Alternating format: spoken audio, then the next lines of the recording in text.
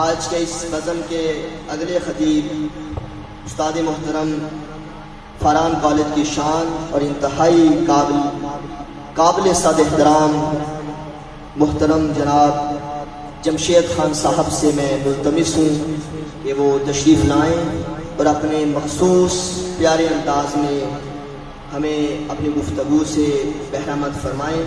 آپ کی آمد کا استقبال آپ سبحان اللہ اور ماشاء اللہ کی آواز کے ساتھ کیجیے۔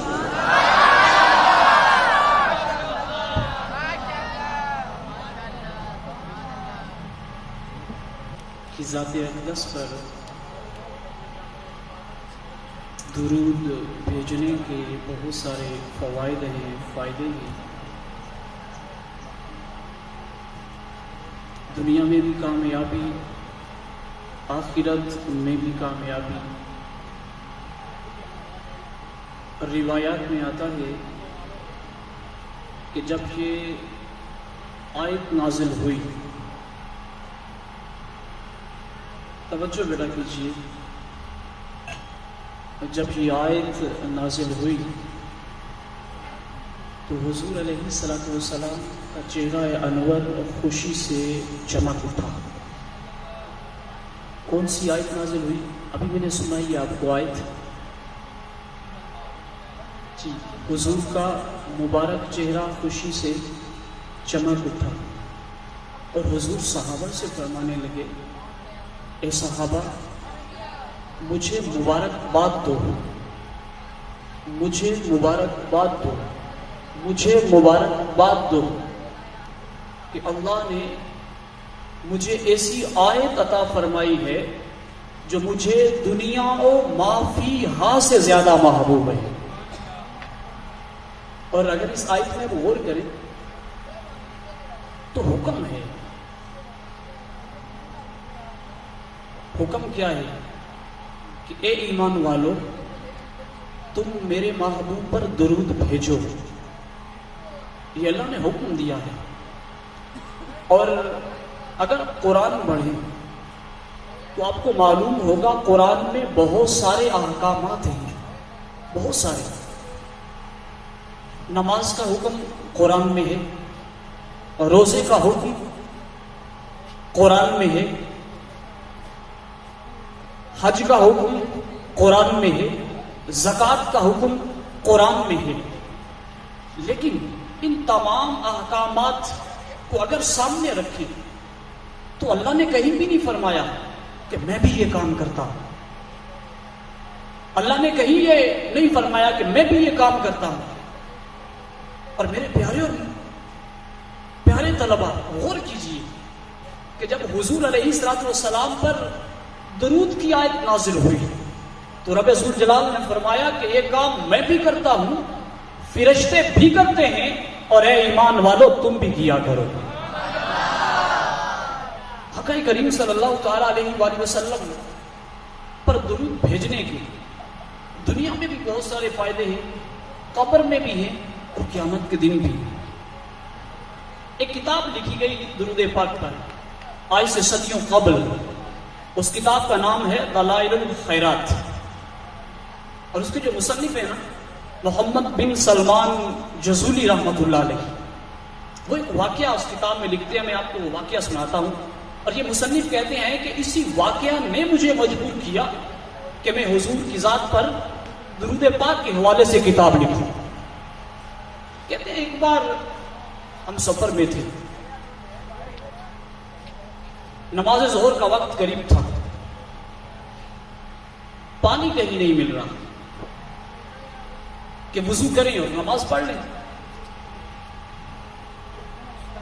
ابھی ٹائم تھا نماز میں، مشورہ یہ طے پایا کہ ابھی چلتے ہیں، پانی تلاش کرتے ہیں۔ چلتے چلتے کہیں پانی نظر نہیں آیا، دوستوں نے کہا کہ تیمم کر لیتے ہیں، کہا ابھی کچھ وقت باقی ہے، مزید تلاش کر لیتے ہیں۔ امام جزولی رحمت اللہ علیہ کہتے ہیں کہ چلتے چلتے ایک کنویں پر ہم پہنچے، کنویں میں دیکھا پانی کم ہے، پانی ہے تو صحیح لیکن کم ہے۔ اب کنویں سے پانی نکالنے کے لیے ڈول کی ضرورت تھی، رسے کی ضرورت تھی۔ اب کہتے ہیں کہ ساتھ ہی ایک مکان تھا، مکان کی چھت پر ایک چھوٹی بچی کھڑی تھی، تو ہماری نظر اس بچی پہ پڑی اور ہم نے اس بچی سے کہا بیٹا ڈول ملے گا، رسی ملے گی، ہم نے وضو کرنا ہے، نماز پڑھنی ہے۔ تو وہ بچی پوچھنے لگی کہ انکل آپ کا انٹروڈکشن کیا ہے، آپ کا تعارف کیا ہے؟ میں نے اپنا نام بتایا تو کہنے لگی اچھا آپ وہی ہیں جن کی شہرت پورے علاقے میں ہے؟ آپ نے کہا بیٹا ہاں میرا نام یہی ہے۔ تو کہا انکل اتنا شہرہ آپ کا ہے پورے علاقے میں، لوگ آپ کو جانتے ہیں، آپ کی نیک نامی کی وجہ سے لوگ آپ کو پہچانتے ہیں، اور رسے اور ڈول کے بغیر پانی نہیں نکال سکتے، رسے اور ڈول کے بغیر پانی نہیں نکال سکتے۔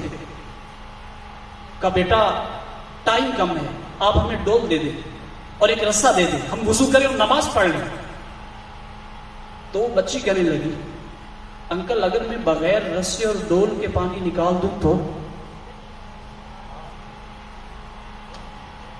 محمد بن سلمان الجزولی رحمت اللہ علیہ کہتے ہیں بچی چھت کے اوپر تھی اور اوپر ہی سے اس بچی نے اس کنویں میں لعاب ڈال دیا اور دیکھتے ہی دیکھتے وہ پانی کناروں تک آ گیا۔ ہم نے جلدی وضو کیا اور وضو کر کے ہم نے نماز ادا کی۔ نماز ادا کرنے کے بعد میں نے اس بچی سے پوچھا اے بیٹی تیری عمر تھوڑی ہے، تیری ایج کم ہے، اور اس بچی کی ایج 6 سے 7 سال مصنف نے لکھی ہے، 6 سے 7 سال تیری ایج ہے، لیکن بیٹا اس چھوٹی سی عمر میں اتنا بڑا مقام، اتنا بڑا درجہ تم نے کیسے پا لیا؟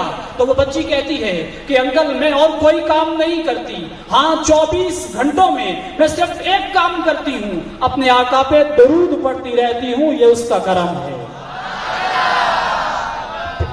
پیارے طلبہ حضور پر درود پڑھنا، عمر چھوٹی ہو بڑی ہو بڑھاپا ہو تو ایک کام کرتے رہا کریں، حضور علیہ الصلوۃ والسلام پر درود پڑھا کریں۔ اگر چھوٹی بھی عمر ہے نا تو درود پڑھنے کی برکت سے اللہ تمہیں ولایت کے منصب پر فائز فرما سکتا ہے۔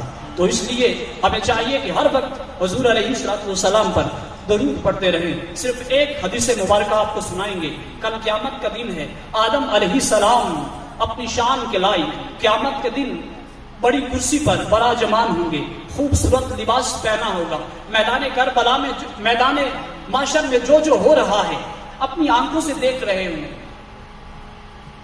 اور میرے آقا فرماتے ہیں کہ اسی دوران آدم علیہ السلام کی نظر ایک شخص پر پڑے گی، فرشتے اس کو پکڑ کے جہنم میں لے جا رہے ہیں۔ حضرت آدم علیہ السلام کی نظر ان پر پڑے گی تو حضرت آدم علیہ السلام پکاریں گے یا محمد یا محمد یا محمد۔ حضور فرماتے ہیں کہ میں کہوں گا لبیک یا ابا البشر، اے آدم علیہ السلام بتائیے کیا معاملہ ہے یا رسول اللہ صلی اللہ علیہ وآلہ وسلم؟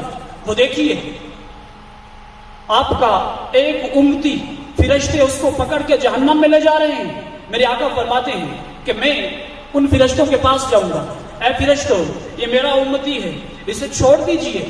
اے اللہ کے نبی یہ حکم ہمیں اللہ نے دیا ہے، ہم اپنے رب کی نافرمانی نہیں کرتے۔ پیارے آقا صلی اللہ تعالیٰ علیہ وآلہ وسلم اللہ سے عرض کریں گے اے اللہ مجھ سے وعدہ ہے تیرا کہ تو میری امت پر کرم فرمائے گا، رحم کرے گا، تو آرڈر ہوگا اے فرشتوں جیسے میرا محبوب کہتا ہے ویسے کرو۔ فرشتے اب ہاتھ باندھ کر کھڑے ہو جائیں گے، یا رسول اللہ صلی اللہ علیہ وآلہ وسلم فرمائیے کیا کرنا ہے؟ میرے آقا فرماتے ہیں میں کہوں گا میرے اس امتی کو دوبارہ میزان پہ لے جاؤ،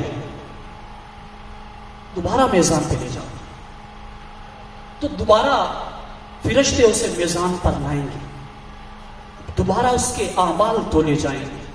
میرے آقا فرماتے ہیں اب جب دوبارہ اس کا میزان ہوگا اس کی نیکیوں کا پلڑا کم ہونے لگے گا، اور حضور اپنی جیب سے ایک پرچی نکالیں گے